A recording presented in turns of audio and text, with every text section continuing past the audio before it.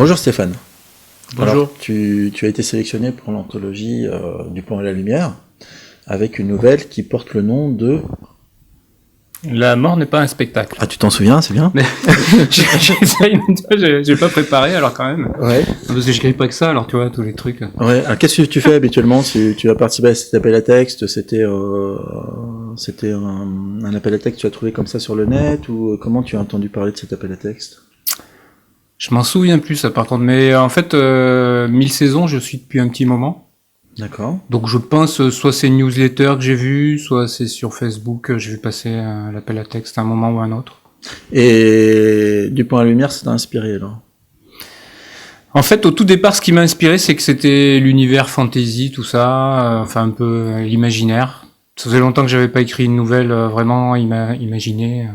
Donc je me suis dit, allez, c'est l'occasion. Alors par contre, j'ai découvert l'appel à texte un peu tard, il me restait plus beaucoup de temps, mais bon, je me suis dit, tant mieux, allez, ça fait un Mais petit... finalement, ça l'a fait, t'as eu le temps de faire la nouvelle et de nous l'envoyer.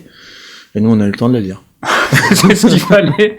En fait, quand j'écris une nouvelle comme ça, ce qu'il faut, c'est que j'ai le début et la fin. Une fois que j'ai ça, après l'écriture, ça va assez vite. D'accord. Donc là, j'ai tourné quand même un petit moment parce que le sujet, j'ai trouvé que c'était pas si simple que ça. Alors peut-être on peut en parler un petit peu de ta nouvelle La mort n'est pas un spectacle. Alors que peux-tu nous en dire? Quelle est un petit peu l'histoire, sans dévoiler bien sûr la fin, hein? Alors comme c'est une nouvelle, oui, j'essaye de faire une chute pour rester dans un format classique en fait, parce que j'ai toujours lu des nouvelles où il y a des chutes. Des chutes, voilà. Ouais, c'est Donc, ça. Alors il y a des chutes lentes, hein, pareil, il y a des chutes lentes, il y a des chutes rapides. Moi j'aime bien les rapides. Voilà, j'aime les chutes, voilà, les chutes qui sont cinglantes, quoi. Un peu à la Maupassant pour se la péter, voilà. Ouais. Non, c'est plus une chute de cheval qu'autre chose. Hein, là. Ah, aussi, on peut le voir comme ça, tout à fait, sans trop en dévoiler. Alors, comment c'est venu tout ça? Je sais pas trop. J'ai beaucoup tourné le plomb, la lumière. Le plomb, en plus, ça peut évoquer plein de choses. Oui. Alors moi, comme je suis journaliste, au début, ça m'évoquait le plomb comme pour faire une page, quoi, dans les journaux à l'ancienne. On mettait les plombs, les petites lettres pour écrire. Tout à fait. Après, bon, il y a évidemment le métal, enfin, et puis les cachets de plomb aussi, enfin, ce genre de choses. Donc j'ai tourné tout ça, je savais pas trop où aller. Bah, le plomb, c'est un métal qui était présent dans les mines d'argent la plupart du temps. Donc c'est toujours été un métal qui a accompagné. En plus qui est à profusion, hein. Le plomb, il y a beaucoup de mines de plomb. Donc le plomb était utilisé facilement, c'est un métal qui se travaille très facilement, qui a un point de fusion très bas. Voilà, je voyais plein de choses. C'est très pratique, le plomb. Alors maintenant de nos jours, le plomb c'est recherché parce que c'est mauvais pour la santé. Ouais. Enfin voilà, donc il y avait plein de choses qui tournaient. Et puis je sais pas, à un moment donné, j'ai eu un déclic. Je pensais vraiment à une histoire de cachet, quoi, de trucs qui fermaient quelque chose dans des boîtes en plomb. En plus les boîtes en plomb, ça a servi aussi pour cacher des choses. Donc je sais pas. Les cercueils en plomb. Voilà, les cachets qu'on met sur les cercueils plombés. Voilà. C'est vrai qu'il y avait le côté plombé aussi. Moi, je suis à Limoges, donc je suis limogé, donc plombé, voilà. Il y avait plein de raisonnements. On peut voir ça aussi comme ça. Alors. Donc, quelque part, voilà, après, la lumière, pour moi, tout de suite, c'était la libération, quoi. Voilà, de partir vers la lumière, quoi. Donc oui, en plus, sans dévoiler le tout, je crois que c'est une complainte, une longue lettre d'amour, en fait, finalement. Oui, c'est partir de quelque chose de plomber, puis d'essayer d'aller vers, une note d'espoir dans une, parce qu'en fait, ça raconte, c'est un témoignage, on sait pas trop comment il a été récupéré, s'il a été modifié ou pas, mais bon, voilà, c'est le témoignage d'un soldat, et on essaye de comprendre un peu, il donne quelques clés sur ce qu'a été sa vie et ce qu'il voudrait que soit sa fin, parce que... Il donne quelques clés aussi sur son environnement, quoi, son environnement social.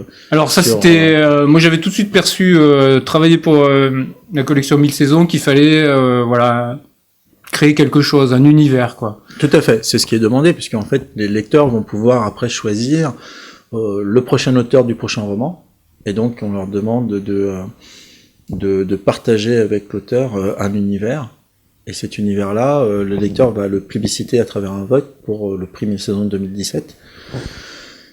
Et donc oui, il faut amener le lecteur à avoir envie de découvrir un nouvel univers, et donc avec une belle histoire. Je pense que alors l'univers c'était pas le plus simple parce que en fait comme c'est une nouvelle c'est quand même format court. Ouais. Donc il faut réussir à dévoiler des petites choses et sans que ça paraisse trop abstrait ou trop. Donc je me souviens parce que j'ai écrit d'autres choses en fantasy. C'est vrai qu'en fantasy on a tendance à inventer des mots, à inventer des Là sur nouvelle c'est très difficile parce que pour vraiment donner de la consistance après à un vocabulaire qu'on a pu créer, ça paraît. Donc là j'ai essayé de rester dans des choses simples, mais quand même avec peut-être des références, je sais pas, plein d'univers qui existent déjà en fantasy, donc ça permet de. Ou au cinéma, peut-être aussi, j'ai essayé. Je pense que j'étais dans ma vision très cinéma aussi, sur certaines scènes. C'est vrai que on pense beaucoup un peu à Spartacus. Oui, je pense que ça. À tous ces, il y a un côté très péplum en fait dans ta nouvelle. Même si ça reste dans un univers fantasy, il y a ce côté péplum, ce côté de l'arène. Alors en fait, c'est aussi parce que dernièrement j'ai lu pas mal de BD qui sont dans cette espèce d'univers. Alors c'est un mélange de Moyen-Âge, de péplum et puis de fantasy en fait. Il y a plusieurs BD qui sont sortis là dernièrement. Et c'est vrai que j'avais trouvé ça intéressant. D'accord. Ce mélange. Donc en fait, oui, tu t'es inspiré en fait de tout ce visuel qui t'est arrivé comme ça au cours de tes lectures BD. Stéphane, quelles sont tes habitudes d'écriture en général? C'est un peu peut-être compliqué à expliquer, mais non. Alors ma base c'est la poésie. Ouais. Parce qu'en fait j'écris de la poésie depuis je sais pas, depuis que je suis à l'école primaire, je pense. Fin de primaire j'ai dû commencer. J'ai vraiment après fait de la poésie au collège, dans dans les journaux d'école, des choses comme ça. Donc ça me suit depuis toujours. Je continue encore d'écrire de la poésie. Il faut être poète, hein. Je pense que ça fait partie de cette quête du beau qu'on poursuit tous. En tout cas, donc je continue de publier régulièrement de la poésie sur les sites auxquels je participe. Et donc ça, voilà, dès que quand j'ai une idée pas trop définie ou quoi, voilà, ça devient un petit poème. Quand c'est des choses plus structurées, ça peut devenir une nouvelle. Mais pour les nouvelles, c'est vrai que je préfère répondre à des petits concours. Je trouve que c'est plus stimulant parce qu'on a déjà une espèce de cadre. Donc il faut chercher son idée, puis une fois qu'on a son idée, on déroule. C'est un peu un défi, quoi. Voilà, je trouve que la nouvelle, c'est bien de se donner un petit défi. Puis vu le format, c'est vrai que si on n'a pas un sujet arrêté, c'est quand même difficile de se dire, je pars, et puis je divague.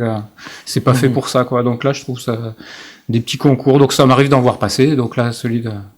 très bien, merci d'avoir participé. Mais non, mais c'est tombé au bon moment. Ça faisait longtemps que j'en avais pas écrit. Puis vraiment, le sujet, je trouve que c'était bien. C'était à la fois pas trop fermé, mais très ouvert finalement.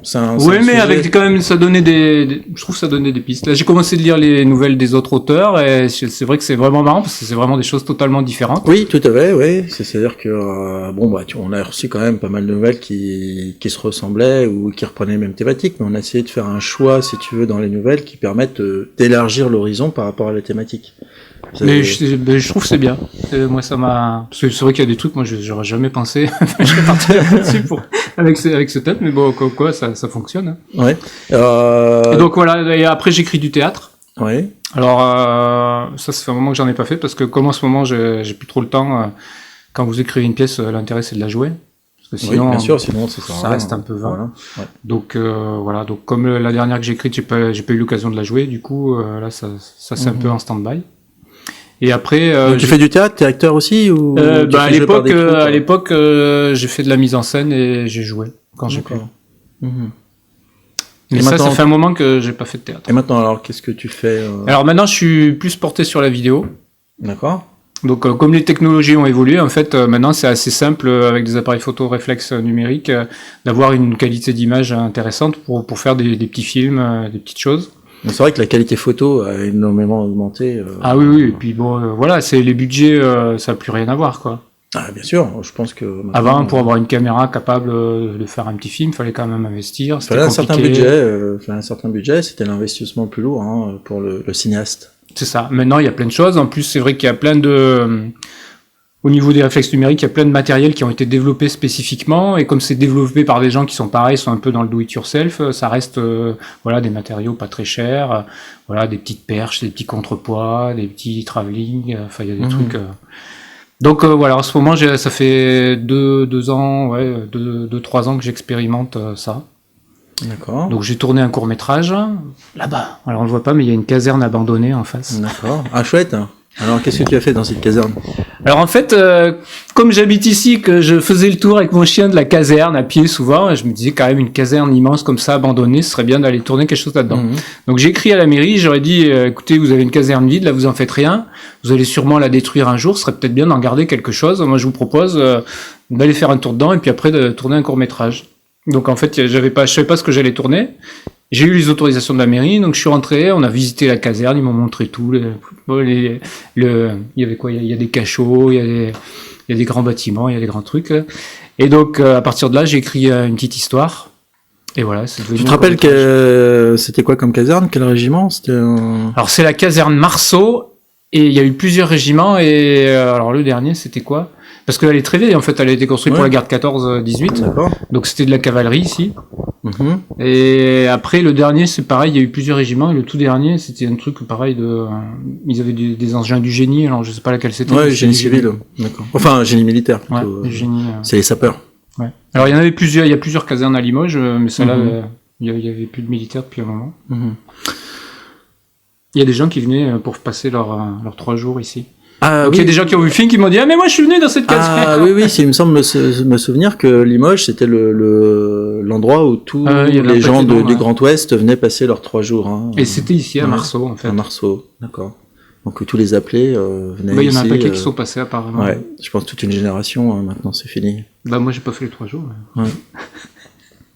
Voilà, donc voilà, j'ai fait ce film, et puis après, en fait, comme ça m'a permis de rencontrer plein de gens sur Limoges, sur le secteur, j'ai eu des demandes pour faire des clips vidéo, voilà, donc là, je rencontre des groupes, j'ai tourné pour l'Aquarium de Limoges, voilà, j'ai des demandes ici et là, donc j'essaye de m'y tenir. D'accord. Je voulais te demander, qu'est-ce que tu penses du principe de la collection 1000 saisons, la collection interactive où les lecteurs peuvent participer donc au processus créatif, l'ajout de musique sur les nouvelles. Qu'est-ce que tu en penses toi en tant qu'auteur et que créateur?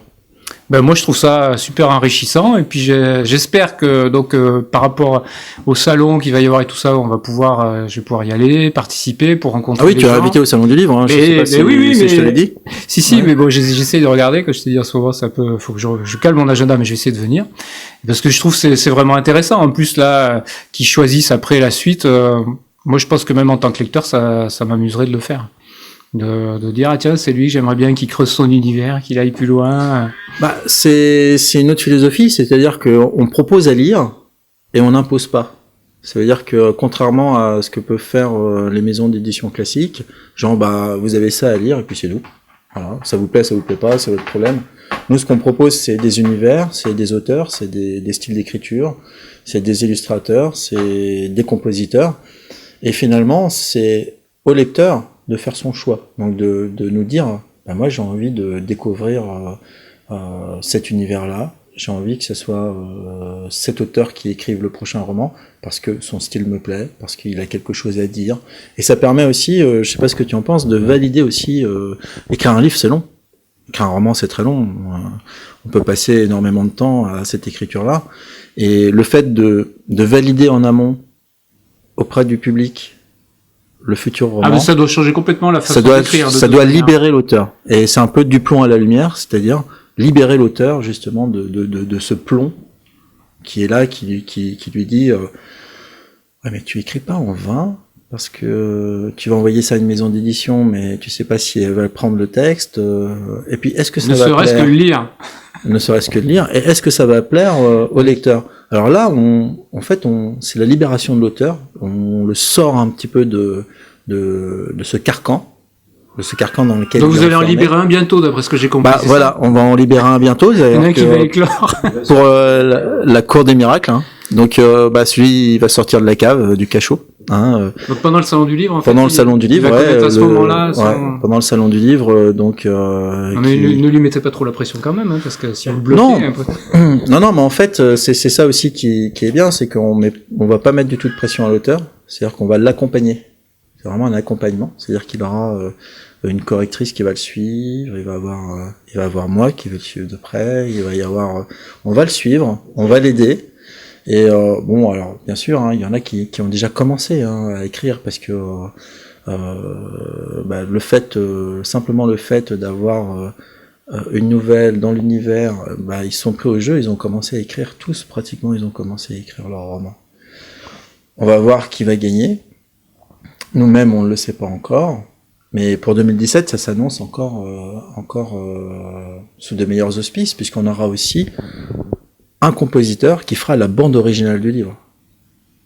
Donc là, il y aura des passages clés qui seront choisis dans le livre, qui seront mis en musique, parce que bon, on va pas mettre en musique tout le livre, mais au moins les passages clés, en faisant une bande originale, comme pour un film.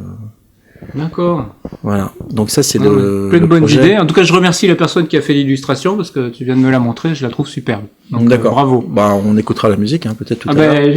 Si on arrive à faire marcher l'ordi. Si on arrive à faire marcher l'ordinateur. Ouais. Donc, tu es obligé d'écrire à la main, si j'ai bien compris. Non, du tout, non. Alors, ça, la poésie, ouais, j'écris à la main. Oui. Par contre, jusqu'à peu, j'écrivais encore à la main, mais ça m'arrive, hein, même des bouts de pièces, des bouts de nouvelles, mais souvent, maintenant, je tape direct. Parce qu'en plus, à une époque, je tapais en ligne, j'avais des éditeurs en ligne, là, donc je pouvais l'avoir n'importe où, quand ça me prenait, je pouvais aller taper du texte. Mais j'étais chez un truc qui a disparu, donc je sais pas si je trouve aussi bien. Tu écris vite, tu es très productif au niveau de l'écriture. Je peux, ouais.